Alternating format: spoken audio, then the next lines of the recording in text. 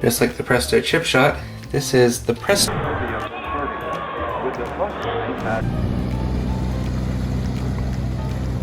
The 1960s was a decade of radical change. It was the era of moon landings and the birth of modern technology.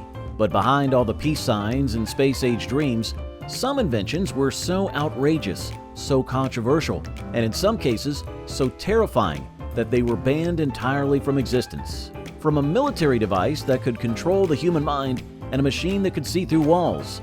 Join us as we dive into 20 of the most shocking, bizarre, and downright dangerous 1960s inventions that were completely banned.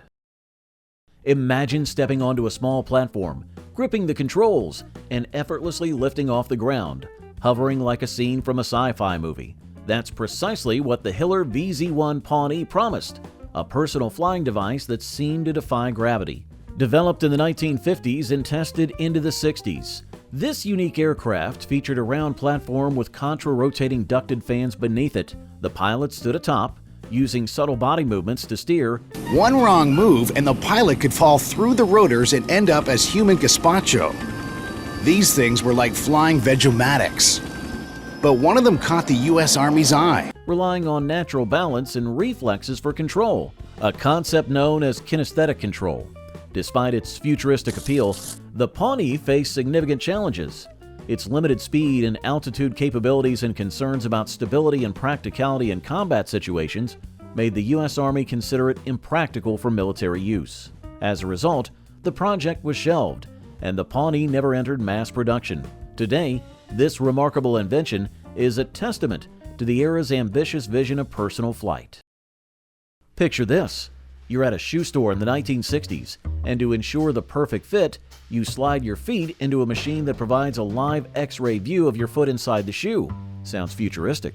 But this was the reality with the radiation shoe-fitting fluoroscope, a device that used X-rays to visualize the bones of the foot within the shoe, aiming to achieve an optimal fit. While the intention was noble, ensuring comfort and proper support, the execution was dangerous. By 1927, a new X-ray powered device known as a shoe-fitting fluoroscope began to appear in shoe stores.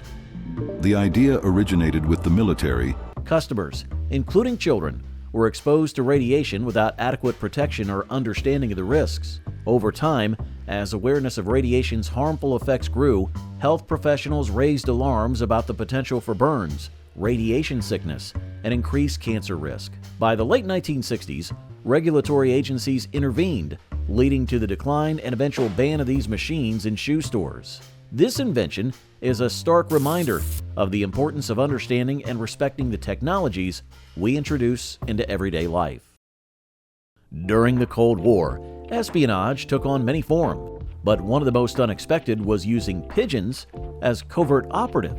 The CIA developed a program where these unassuming birds were equipped with tiny cameras, turning them into flying spies capable of capturing aerial photographs over sensitive areas. The idea was simple, yet ingenious. Release a pigeon near a target, let it fly over while the camera snapped photos, and then retrieve the bird to collect the intelligence. With most weighing between 30 and 75 grams. For reference, an average flying pigeon weighs somewhere between 300 and 500 grams. While details about the program remain classified, it's known that these feathered agents were trained to return to their handlers after completing their missions. Using animals in espionage highlights the lengths to which intelligence agencies would go during these tense periods of the Cold War. However, ethical concerns and advancements in technology eventually rendered such programs obsolete. Have you ever considered cooking a hot dog using your car's cigarette lighter? In the 1960s, the Presto hot dogger made this possible. This quirky gadget plugged into the car's cigarette lighter socket and featured metal rods onto which you would impale your hot dogs. As electricity flowed through, it cooked the dogs from the inside out. I think they went through a couple of evolutions of this design. And let's wipe the cover again so we can actually see what's happening briefly. Providing a warm snack during road trips. While the convenience was appealing, the device raised safety concerns. The potential for electrical shorts, burns, and vehicle fires made it a risky accessory. Additionally, the cooking method sometimes resulted in unevenly cooked or charred hot dog. As car designs evolved and the dangers became more apparent, The Presto hot dogger faded into obscurity, leaving behind memories of when innovations sometimes outpaced practicality. The 1960s were abuzz with visions of a future where cars didn't just drive, they flew. Enter the Mahler Skycar, a prototype designed by engineer Paul Mahler. This ambitious project aimed to create a personal vertical takeoff and landing, or VTOL vehicle. And you're dealing with skilled people well beyond my talents, because you need people that are really good. That combined the convenience of a car with the freedom of flight. The Skycar featured multiple ducted fans for lift and propulsion, promising speeds that could rival conventional aircraft. Despite decades of development and significant investment, the Skycar faced numerous challenges, including technical hurdles, regulatory obstacles, and safety concerns. Today, the dream of a commercially available flying car remains unfulfilled, with the Mahler Skycar serving as both a symbol of human ingenuity and a cautionary tale about the complexities of turning ambitious visions into reality.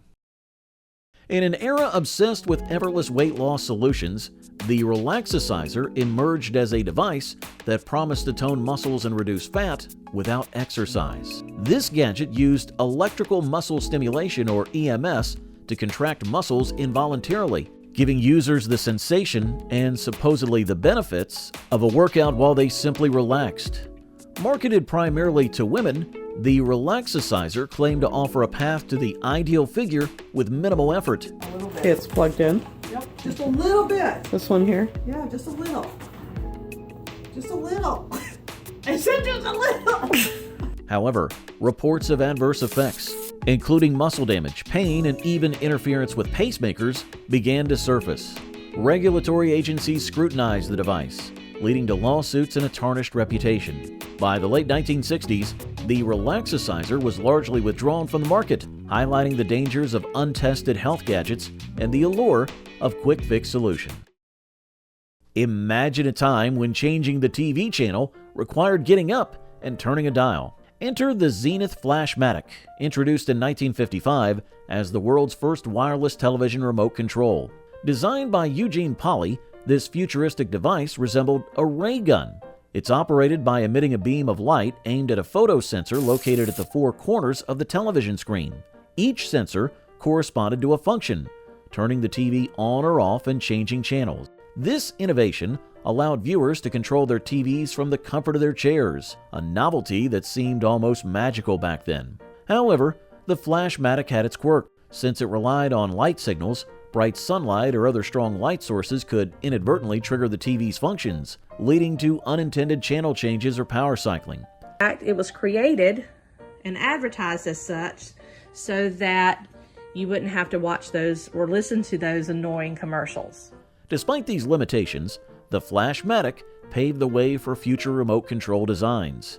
It was eventually succeeded by more reliable technologies, such as ultrasonic and laser infrared remotes, which address the interference issues. The Flashmatic's brief production run and pioneering role in remote control technology made it a notable chapter in the history of consumer electronics. Strapping on a device and soaring into the sky has captivated imaginations for decades. In the 1960s, this dream edged closer to reality with the development of the Bell rocket belt. This personal propulsion device, engineered by Wendell Moore at Bell Aerosystems, used hydrogen peroxide-fueled rockets to lift a person off the ground, allowing for brief flights at low altitudes. The rocket belt, the hang of free flight, and get comfortable in it, you start to relax and you start to observe things. Could carry a person over obstacles and reach speeds of up to 16 kilometers an hour or about 10 miles per hour. Despite its thrilling potential, the rocket belt faced significant challenges. Its flight duration was minimal, offering only about 20 seconds of airtime due to fuel constraint. Additionally, the device lacked a safe landing mechanism in case of engine failure, posing substantial safety risks. These limitations led the U.S. military to conclude that the rocket belt was more of a novelty than a practical tool for soldiers, resulting in the project's discontinuation. Today, the rocket belt is remembered as an iconic, albeit impractical innovation that captured the spirit of 1960s technological ambition. In the 1960s, most parents used glass baby bottles to feed their little ones. People liked them because they were easy to clean, didn't hold on to smells, and could handle being boiled repeatedly for sterilization. But there was one big problem. Glass is fragile. If a bottle slipped from a tired parent's hands, it could shatter, creating a dangerous mess of sharp pieces. Now let's consider another fantastic choice: glass baby bottles. Opting for glass offers a solution that is free from toxins and eco-friendly. As more parents worried about this, companies started making plastic baby bottles that wouldn't break if dropped. These quickly became the go-to choice. However, years later, another issue popped up. Certain plastics contained chemicals like BPA, which raised health concerns. This led some parents to switch back to glass bottles, but manufacturers made them stronger and more shatter-resistant this time. It's a great example of how baby products have changed over time to balance convenience, safety, and health concern. The Kenner Easy Bake Oven, introduced in 1963, was a revolutionary toy that allowed children to bake miniature cakes and cookies using an actual heat source, a standard incandescent light bulb. This pint-sized appliance empowered kids to become little chefs, sparking creativity and a love for cooking. The Easy Bake Oven became an instant hit, selling millions of units and becoming a cherished part of many childhoods. However, the toy wasn't without its issues. If you cook, so once the food is cooked, see it over here, you get this little tool out again and pick it up. Early models posed safety risks, including the potential for burns and, in some cases, fire hazards due to the high heat emitted by the light bulb. Over the years, the design underwent numerous revisions to address these concerns, incorporating better insulation and safer heating elements. Despite these challenges, the Easy Bake Oven has endured, evolving with technology and safety standards, and remains a beloved toy that introduces children to the joys of baking. Imagine cruising down the highway and soaring into the skies to skip traffic. That was the dream behind the Convair Model 118, also known as the Convair car. This ambitious project aimed to blend the convenience of a car with the freedom of flight. The vehicle was designed in the late 1940s and featured a detachable aircraft component mounted atop a car body. A modest 25 horsepower Crossley engine powered the car on the ground, while a robust 190 horsepower Lycoming engine took over in the air. It's a different story. That car you saw scooting along the road begins. The prototype's maiden flight in 1947 generated significant buzz. However, during a demonstration flight, a fuel miscalculation led to a crash landing. The pilot mistook the car's fuel gauge for the aircraft's, resulting in fuel exhaustion. Although the pilot survived with minor injuries, the incident cast a shadow over the project's viability. Despite rebuilding and conducting further tests, public enthusiasm waned, and Convair eventually shelved the project. The dream of a flying car remained just that, a dream. Back in the day, having a golden tan was a sign of beauty and health, and people were willing to go to great lengths to get that sun-kissed glow. That's where the suntan lamp by Sperti came in. It was advertised as the perfect way to achieve a bronzed look without spending hours baking under the sun. All you had to do was sit in front of this high-powered lamp. I would highly recommend. I underestimated how powerful this thing was, and you will get a sunburn if you go too quickly. And let the UV rays work their magic, and voila, an instant tan from the comfort of your own home. But as scientists dug deeper into the effects of UV radiation, some pretty scary truths came to light. These lamps weren't just darkening skin, they were causing severe damage, leading to wrinkles, burns, and even a higher risk of skin cancer. As concerns grew, regulators stepped in, and these intense tanning devices were eventually pulled from the shelves, proving once again that beauty trends can come with hidden dangers. Imagine a car that rides on just two wheels, yet never tips over, almost like a motorcycle, but with the stability of a vehicle. That was the bold idea behind the Ford Gyron, a futuristic concept car unveiled in 1961. It looked like something straight out of a sci-fi movie, with a sleek, rocket-inspired design. But what made it special was its built-in gyroscopes, which were supposed to keep it perfectly balanced no matter the speed or terrain. Designer of the Ford Mustang, and it is the only known example of this form. Though the Gyron... Ford envisioned the Gyron as a glimpse into the future of personal transportation, where cars would be more agile and efficient. Crowds at auto shows were mesmerized. But as cool as it looked, the Gyron was never meant for production. The technology to make it work was too expensive and complicated, and safety concerns didn't help. Still, it remains one of the most fascinating what-if ideas in automotive history. In the 1960s, the Whammo Air Blaster was every kid's dream toy. It looked like a futuristic ray gun, but instead of shooting lasers, it fired powerful bursts of air. This wasn't just a weak puff. You could blow out candles from several feet away, knock over light objects, and even surprise your friends with an invisible air punch. It felt like magic, and kids couldn't get enough of it. Air Blaster and electric gorilla target. The winner, hooray! It's exciting fun. But as fun as it was, parents and safety experts started raising concerns. Kids were aiming it at each other's faces, and the sudden blasts of air could cause eye irritation or even minor injuries. Some kids used it for pranks, scaring pets and annoying their siblings. Before long, the risks outweighed the fun, and the Air Blaster disappeared from store shelves. Today, it's a rare collector's item, a quirky reminder of a time when toys were wilder and more unpredictable. The Williams X-Jet was like something straight out of a sci-fi movie, a tiny, personal flying machine that let a single person soar through the air while standing upright. Imagine a flying podium that could be controlled somewhat like a helicopter. Developed in the 1960s, it caught the attention of the U.S. military, which saw the potential for quick scouting missions and rapid troop movement. But for all of its futuristic appeal, the X-Jet had some big problems. The vehicle starts to roll in that direction, since the thrust line no longer passes through the center of gravity. The shift in thrust. It couldn't stay in the air for long, making it impractical for actual missions. It also exposed the pilot completely, meaning enemy fire could easily take them down. Meanwhile, helicopters were getting better and proving far more helpful. Ultimately, the X-Jet was abandoned, becoming a forgotten piece of aviation history. Still, it's an exciting reminder of how wild and daring 1960s inventors could be. In the 1960s, movie makers tried something wild, bringing smells into the theater. They called it smell-o-vision, and the idea was simple. As you watched a movie, different scents would be released to match what was happening on screen. If a character walked through a flower garden, you'd smell roses. Come ill to the fragrance of baked beans. Oh, what is that smell? You'd get a whiff of fresh bread if there were a bakery scene.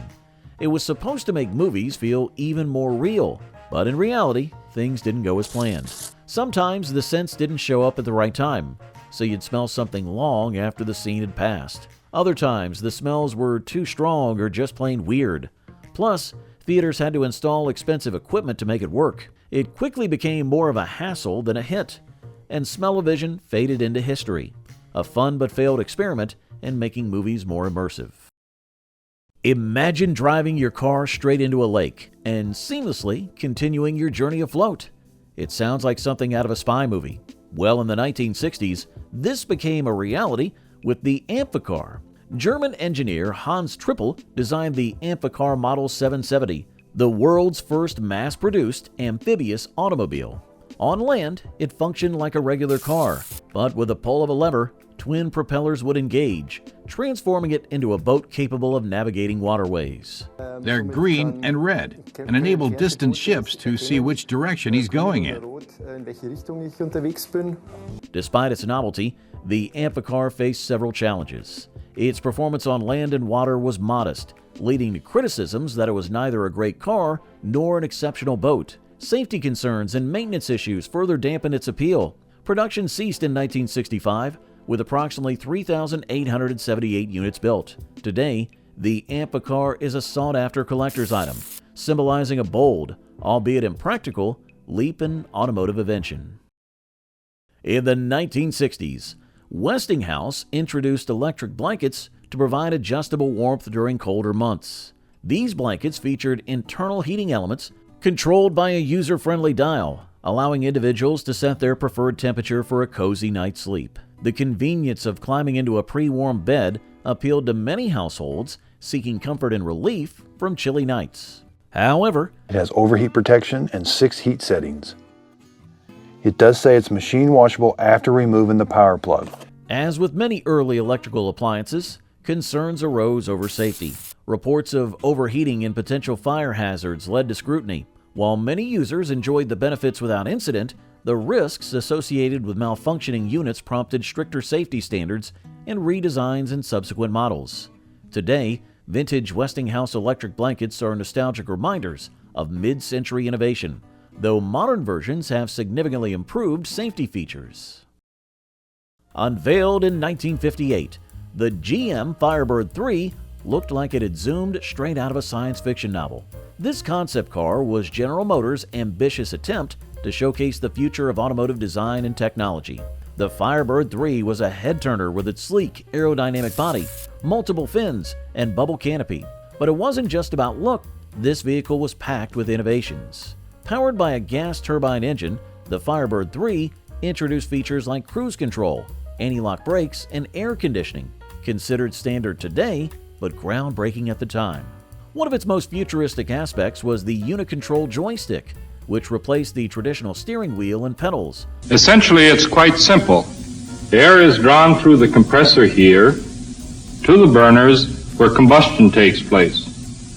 The hot compressed gases, allowing the driver to control steering, acceleration, and braking from a single device. While the Firebird 3 never went into production, its design and technological concepts influenced future GM models, leaving a lasting legacy in automotive history. If you were a kid in the 1960s, chances are you remember the Creepy Crawler's Thing Maker. This hands-on toy allowed children to create their rubbery bugs, worms, and other creepy creatures by pouring liquid plastic, known as Plastigoop, into metal molds. These molds were then heated on an open-face electric hot plate, causing the liquid to solidify into the desired shape.